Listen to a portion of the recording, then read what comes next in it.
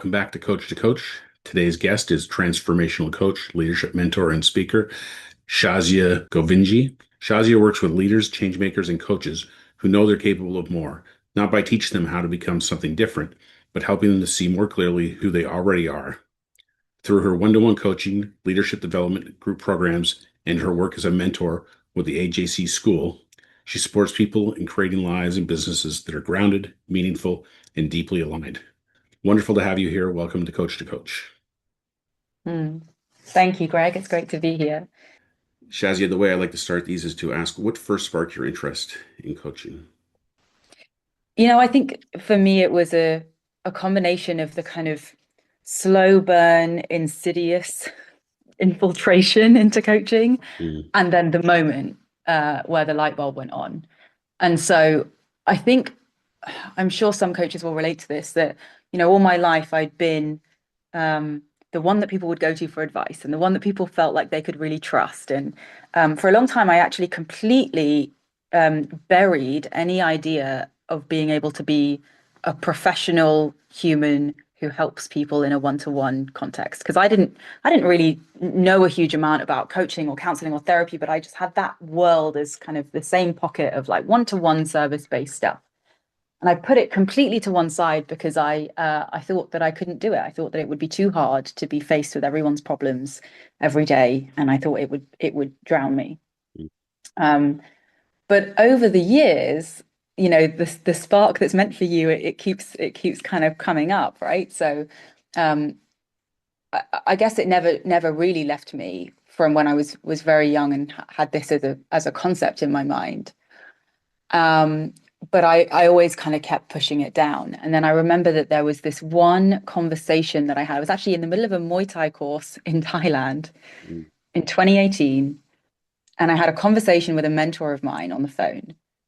And I don't know how, but for some reason that came out of my mouth. Like there was, oh yeah, I've been thinking, I always thought maybe one day I would do that, but it won't work for me or whatever. And 10 minutes later, he came back to it in that conversation. He was like, there was something you said a while Mm. ago that's like really just, I felt something when you said it. And he said it was this thing around like, working with people one to one and helping them and serving them. And that was the moment. That was the light bulb moment where I thought, oh, maybe I should bring that thought out of the woodworks and Mm. consider it really, like really seriously consider it. And I got really curious about what that might look like. And when I got back to the UK, I stumbled across the three principles, or I'd kind of been broadly in the world of the principles beforehand, but not with any level of intention. Um, just kind of enjoying meeting people who understood that world and were part of that world. And then the rest is kind of history. I then went really deep into an exploration around the three principles, trained in that, and then it just made sense at that Mm. point that working with clients in this way, and now my work is more than just one to one, but it just felt very aligned. And ever since I've started on that journey, it's not been a question. Mm. I've never looked back. Yeah, awesome. I love the story. I can picture. I was trying to picture being in Muay Thai training, kicking and punching and stuff, and thinking, I want to help people. Bam, bam, bam. um, Something you said too about, probably the I'll call it the old way of thinking about helping people, which would be kind of like um, taking on their problems, like a lot of people that help people find it very draining because it's like I'm absorbing this negative energy. Like the way I help them is I got to collect all this stuff from them. And I know my wife runs an aquatics facility with like 80 lifeguards, and Mm, she's constantly carrying the weight of all these, teenagers and the stuff that they're going through in their life. But with the principles, like I don't know, I'm going to assume you have a similar experience to me, which is you come out of a session with somebody, and even though you've talked about deep, dark, I don't have potentially heavy stuff, you come out of those sessions light as a feather, energized, ready for the next call. Like you don't need to go have a nap. Yeah, that's um, it. And I thought that was the only way. I thought if it would be like a sacrifice that I would have to make if I wanted to do this work, that, mm, okay, I get to do this work that really lights me up and that I really like the sound of and I enjoy, but it's going to come at the cost of being drained all the time and yeah. needing a nap. And I would speak to all these therapists. Like I did a lot of research. I spoke Mm, to counselors and therapists and 3P coaches, right? I just kind of did I kind of did a recce and I asked them all this question, like, so, this is the thing that I'm nervous about. And mm, how do you kind of deal with that? And it was so interesting. Invariably, every single person, apart from the 3P coaches, every single other person I spoke to from different worlds said, yeah, it's tough. mm, Yeah, it's something that you have to kind of deal with and you find your coping mechanisms and you have your own supervisor or your own therapist and they kind of help you. But, it's something that you need to regulate and you need to find a way to get through that bit because it is hard, yeah. right? That was the response and it Yeah. was consistent. And then I spoke to the 3P practitioners and they were like confused. Mm, They were like, what do you mean, like exhausted and drained and taking on other people's problems? I was yeah. like, okay, well, this is kind of what I mean, and this is what I've heard. And they were like, yeah, that's not really a thing for me. No. And they would say, and this is the experience I have now, that like if I really know and really believe, like from a depthful place as opposed to intellectually, that the person in front of me is entirely whole, has everything that they need, is not lacking in any way, and is only a victim to their thinking. They are only in the position that they're in, emotionally, intellectually, psychologically, because of the thinking that they are innocently listening to it in a moment. If you really know that, then there's nothing wrong with them. Yeah. No matter how deep and dark it gets, right? Mm, There's nothing wrong with them. And that is a completely different come from. It's a completely different feeling to be in when you're sitting across from a client, when you know they are powerful, when yeah. you know that they are totally and completely okay, even when they don't know it. It would make no sense to take on their stuff because their stuff is just a product of their thinking. It's not real. Yeah. Yeah. Yeah. So powerful. And so much, I mean, it's the contrast between, the two ways that we just described. It's like, I know which one I would choose every time. Right. Right. So I consider myself very fortunate to have stumbled into this uh, Me too. principles world. Is I'll tell you a funny story. When the very first call I was on with Jamie Smart, because I had this, I don't know, vision of becoming like a leadership consultant or something, and Jamie Smart had a free masterclass about creating clients and enrolling clients and objection handling. I was like, oh yeah, those are skills I probably am going to need. So I signed up, and then that fed into something called Thriving Coaches Blueprint. So I go on the first weekend of that program, and that was the first time he'd said the three principles. So I'm like, oh, what these three print? What is that? So I start googling, and then I'm like, I had this like tingly feeling all over my body, like, oh my god, am I in a cult? And then I was like, well, hang on, they're not asking for money. They're not, all the red flag kind of things aren't happening. So I remained open minded and very happy that I did because here I am 6 years later having this conversation with you. So Yeah. yeah, it's Yeah. awesome. You mentioned doing one-to-one coaching and more. So I'm really curious about you telling us about your practice, how you're working, who you're working with, if you have specific Sure. types of Sure. clients Yeah. and things. So my work spans a few areas. I work with leaders who are, they've achieved a lot in life. Like they've got this financial success, they've got the career success, maybe they've got the family that they always thought they wanted, and there's still a gap. There's still something missing. There's that satisfaction that they thought they would get when they had it all. It's Mm-hmm. like it's not showing up the way that they thought that it would. Um, I also work with people who are on the journey to having it all. So like people who really want that next role, that promotion. They can feel, they have the ambition, they have the drive, and they just want to, you know, work towards creating themselves in leadership positions. I work with individuals who are change makers, who are up to really cool things in the world. One of the things that I look for in clients is that they inspire me, right? Like people who are who really see a different world for us and are working to create that. Um, you know, one of my clients is just that piece around the gap and the you know, getting everything and realizing that it's not everything that you thought it would be. It helped one of my clients to quit a kind of $500,000 a year business that he'd been building for 12 years, Mm. and it was slowly killing him. Actually, not so slowly killing Mm. him. And actually, through our work, he realized that there was something deeper and something bigger for him. And so he's left that behind, and he's now thriving, experiencing health and wellness and well-being in a whole different way that he didn't even know was possible for him.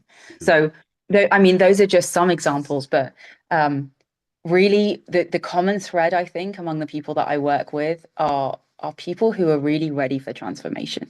Mm. They're really hungry for it. They really feel like there's something more, there's something else, and they're ready. They're enthusiastic. They want to experience that. They want to know what that is for them. Mm.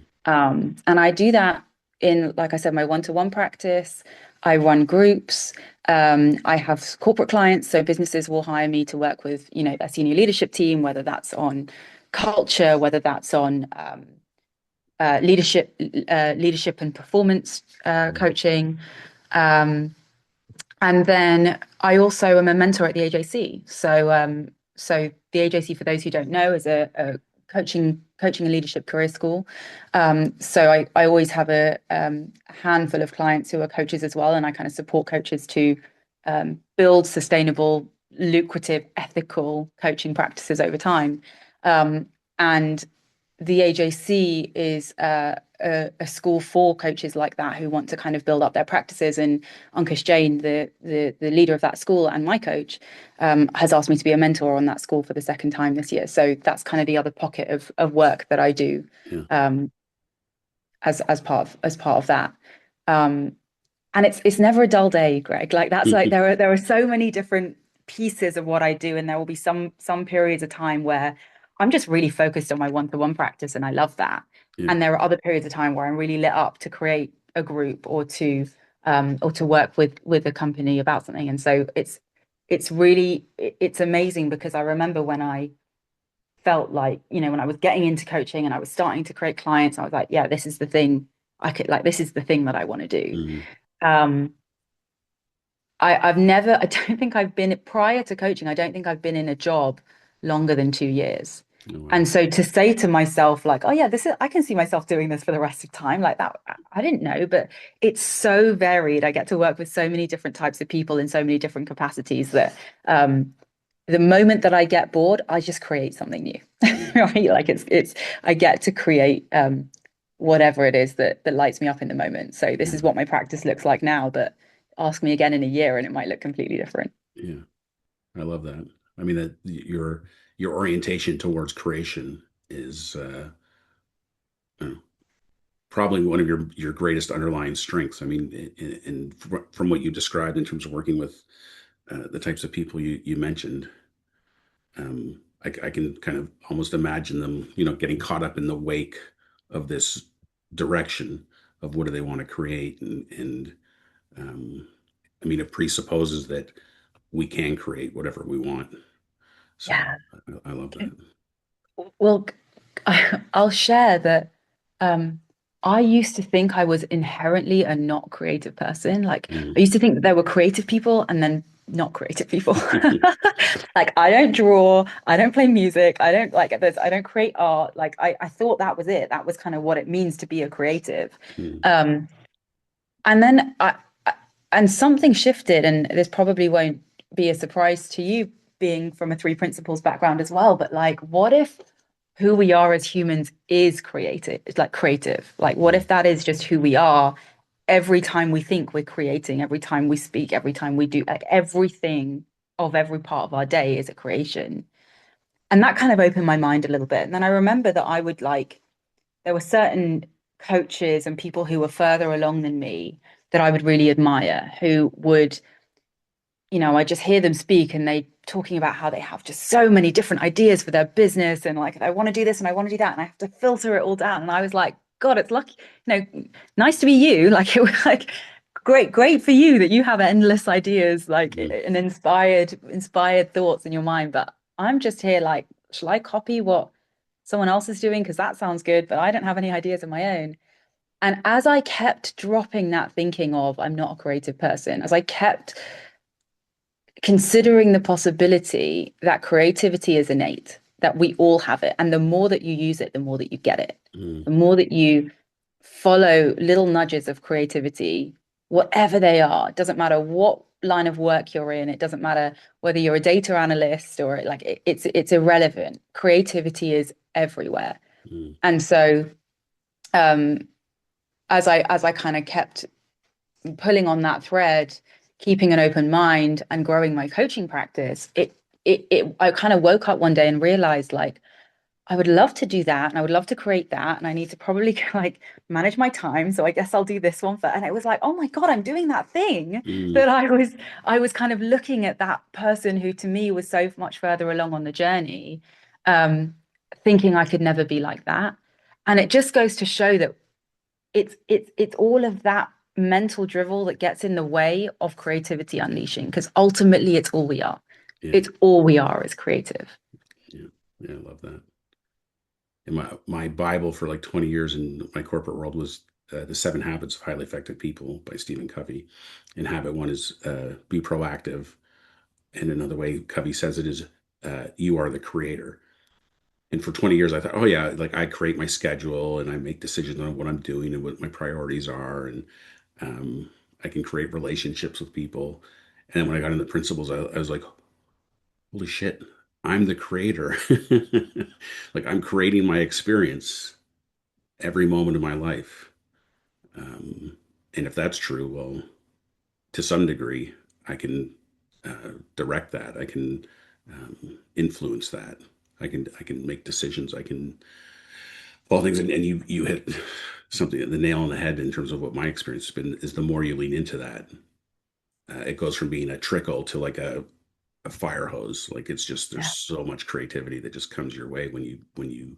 It's almost like the universe goes, oh, okay, you're using these ideas now. Here's more. Yeah. Yeah. The universe will show you whatever it is you're looking for, right? It's Yeah, like Google. Like yeah, whatever we put into it, it will show us, hmm 45,000 responses yeah, of that. And so when you start using that trickle of creativity that the universe has just kind of been drip feeding, yeah, I believe that entirely. It's like, whoa, okay, you want some of that? Here, take more yeah, of it. Take yeah, more of it. Take more of it. And the more that we look for it, the more that we see it yeah. I love everywhere. that metaphor. The original AI search engine. Yeah. Yeah. That's great. I'm wondering if you could share some examples of how coaching has helped either yourself or some of your clients. Mm. Stories that people can relate to and maybe perhaps see themselves in and say, "Oh yeah, that's kind of where I am and where I want to be." Yeah, I when you asked that, I was thinking about someone that I spoke to last week who came to our session, and she's not a client of mine. I didn't really know her, but she came into our session talking about how she's been really struggling to kind of make it work. And she's a coach, but it could equally be anyone running a business or trying to create something in the world. And she was talking about how, she's been doing this for a while and the money's just not coming and kind of went into the scarcity mindset around money and Mhm. how, she doesn't get a client and then she feels bad about money and then she gets a client, she feels good about money and there's this kind of roller coaster and it's just not clicking into place for long enough for her to feel like it's sustainable and to the point where she's like, am I even cut out for this? And I shared a story with her around my experience of that. And I won't share the whole story unless you want me to, but it was essentially an experience that I had of being nearly at zero and totally losing my mind and breaking down and getting really scared of what does this look like? How like I've never been that close to zero before Mm. in my bank account. This is whilst I was trying to make it as a coach. And And I had this whole thing, like it was really challenging. And a couple of weeks later, no surprise, that number got to zero. Like I run Mm, out and I felt so free. I mm, felt so light. I was like, oh my God, it's okay. And I sat down with my partner and it was like, okay, we don't have money right now. We've got money coming in from my partner's side next Tuesday. So between now and Tuesday, we're going to have lentils and we're going to eat what's in the house and we're not going to go out. And then money's coming in on Tuesday and that will last us for another couple of weeks. We'll work it mm, out. And it was just like, oh, yeah, okay, we can just, that works. That makes sense. And I didn't have any of all of that fear that I had created in my mind um, prior, a few weeks before. It just never actualized. mm, And I was sharing this story with this client last week, and she's got tears streaming down her face. And she says, I've known intellectually for a while, and I've had people tell me, but for the first time, I really feel that I'm going to be okay mm, and that I am okay. And I've never felt it at that kind of depth inside of me, that feeling level. I've only ever known it to be true theoretically. mm, Now, what do you imagine to be the ripple effects of that insight for her? mm. Right? Yeah. The way that she then is able to move forward in creating what she wants to create is going to be entirely different because she feels that she's going to be okay rather than just is hopeful and kind of trying to trust the people who tell her that that's true. Yeah. It's a very different experience. Yeah. Absolutely.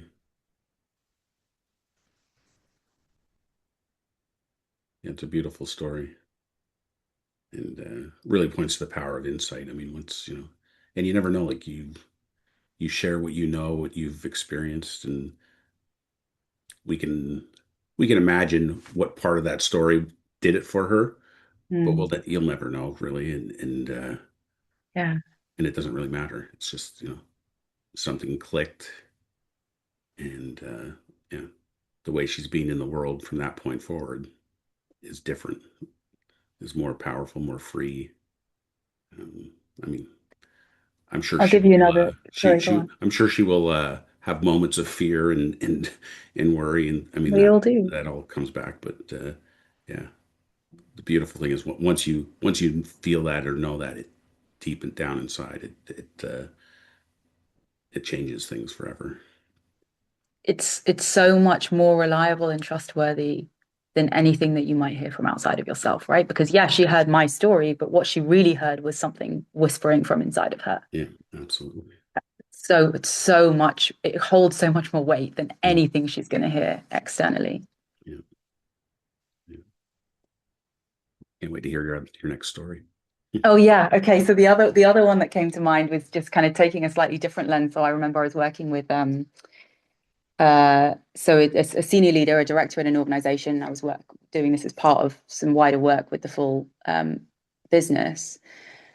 And she came into a coaching session one day and like really ready to um essentially what had happened was she'd had a fallout of kinds with her manager and was ready to quit. Like it was so big for her and it had been, stewing in the prior week or two. And it felt so insurmountable and that there was no way to turn this around in what she believed had been done to her or to someone else. Um, and she was like, I need you to help me today to figure out my route of exit, right? And we spoke and we talked about what had happened. And one of the things that we discussed was the concept of separate realities around, like, we're all experiencing our own reality in the moment. And actually, I kind of helped her to slow down and open up to what else might have been going on in the moment. And crucially, like, what else could be possible? What other routes might there be? We had this brilliant coaching session. And it was as a result of that and the subsequent conversations that she then had with her boss um, that had her decide to not only stay, which by the way was a good probably £400,000 saving for the company to Mm. have her not leave, the cost of kind of recruitment and all of that. But more than that, it was a there was a level of empowerment that came through for her around not needing to be a victim of the situation that she was in. And I watched her over the course of our sessions together kind of grow 3 sizes taller, right? Like like create the relationship with her manager, and then that rippled to her peers and it rippled to her team, that enabled her to be the leader, to show what she like create what she wanted to create, to be generous with her relationships, but yet to show up as the leader that she wishes other people were. And she really saw that she was playing small and she was shrinking herself, thinking that she wasn't, I'm not the boss, so I can't possibly take that on, or I can't possibly make that change that I see needs to be made. And actually, when people see their own potential and their own value and what they bring to the table, they suddenly realize they don't need to keep waiting. Mm. They don't need to keep waiting for other people to make changes in order for them to have what they want. They get to create that themselves. Yeah. And that's what happened for her. And she's thriving and has a brilliant relationship now with the person that she was ready to quit her job, the job that she loved Yeah. for, yeah. Yeah. I love that story. And I can relate to it both personally and kind of, from a third party perspective, having worked in corporate for so much and seeing the fragility of relationships. And I don't know, um, the way I think about it now, looking back, is, there's so many places in corporate where stuff is in the way of progress. And most of the stuff is thinking, it's people making mountains out of molehills, kind of thing. And what I really got from your story too was this, the metaphor of all boats rise with the tide. Like you take one person who's I don't know, in a toxic relationship with their boss, and you can imagine how that the ripples of that in the organization, at least like her team or the teams that are around her, and and you can imagine how difficult that is for everyone to be in that energy all the time, and all of a sudden the switch flips, and now everyone's like, wait, their alarm goes off in the morning. They jump out of bed, can't wait to get to the office because there's some exciting stuff to do, and they're making a difference in people's lives and all Yeah. stuff. So it's what occurred to me is one of the powerful aspects of working in corporate. Even if you're working with one individual, the impact is often tens or hundreds of people from that one relationship. So it can be very powerful. My mission in life is to empower 1 million leaders to love themselves so powerfully and with such clarity that their ripple effects change the world just because they're in it. Mm.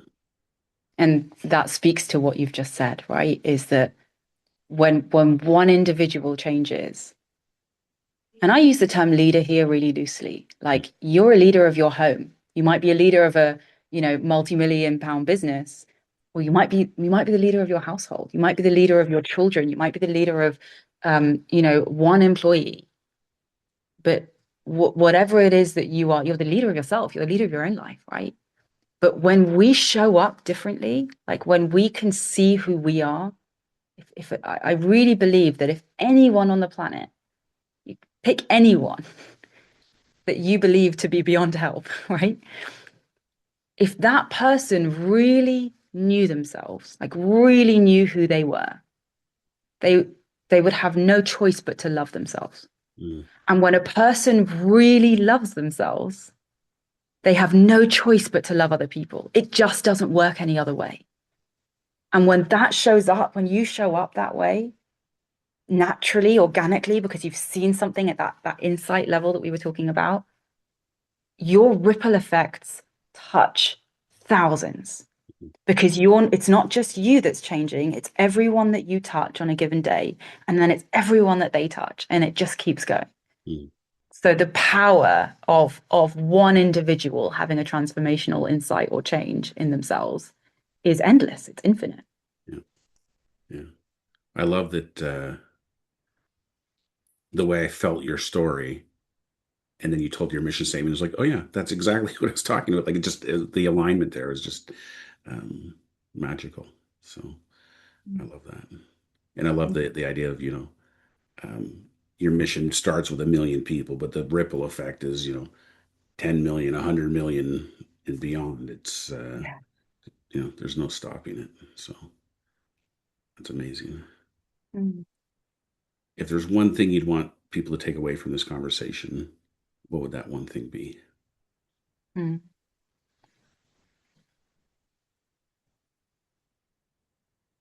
You can have it all. Mm, You can have everything that you want with exactly the feeling that you want to have it in. You can have everything, you can create anything. There is nothing unavailable to you. Everything that you've dreamed of is possible. Everything that you don't even dare to dream of, that you haven't even attempted to see is possible. And the best news is whatever it is that it takes to create all of that, it comes from inside of you. It's already inside of you.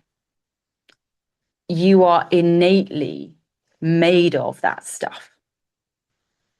And so anything that you want to see out there,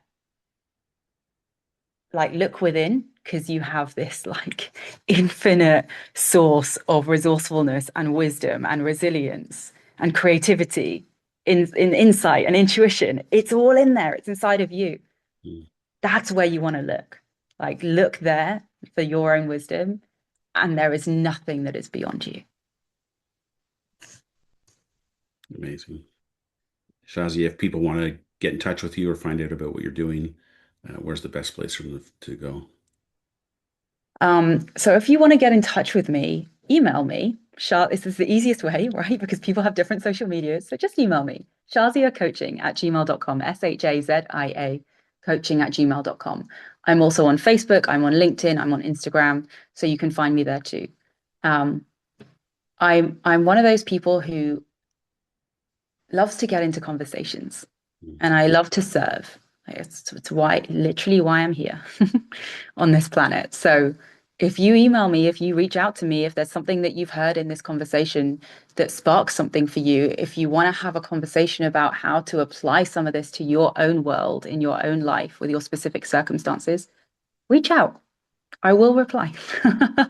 I'm not kind of like some enigmatic off in the, like you need to get through my assistant before you reach me. Like I'm here and I would love to AI talk. algorithm filtering your Exactly. Yeah. yeah, awesome. Well, I really appreciate you taking some time to hang out with me this morning, and or this morning for me, this afternoon for you, and yeah, this has been great. I've really enjoyed our conversation. Me too. Thank you so much, Greg. And before we go, I really want to acknowledge you for what you're doing here. Like this is we talk about service, right, as coaches. Mm, Like this is really deep service. This is you choosing to take time out of your day, multiple days, I hear, and serve the world, raise the consciousness of the planet through conversation with other coaches who each have their own flavor and own different things to bring to the table. And you having the idea, that creativity, that spark of creativity to do this and to keep doing it and to keep showing up, um, that's really powerful and that's really something. And it says a lot about who you are as a person, that that's something that you've chosen to do. So thank you for your contributions to the planet because it's not small. thank you, thank you. Yeah, it's a lot of fun. So I'll leave it at that. But yeah, amazing conversation, and I look forward to seeing you again in the future. Yeah, I hope so. Take care.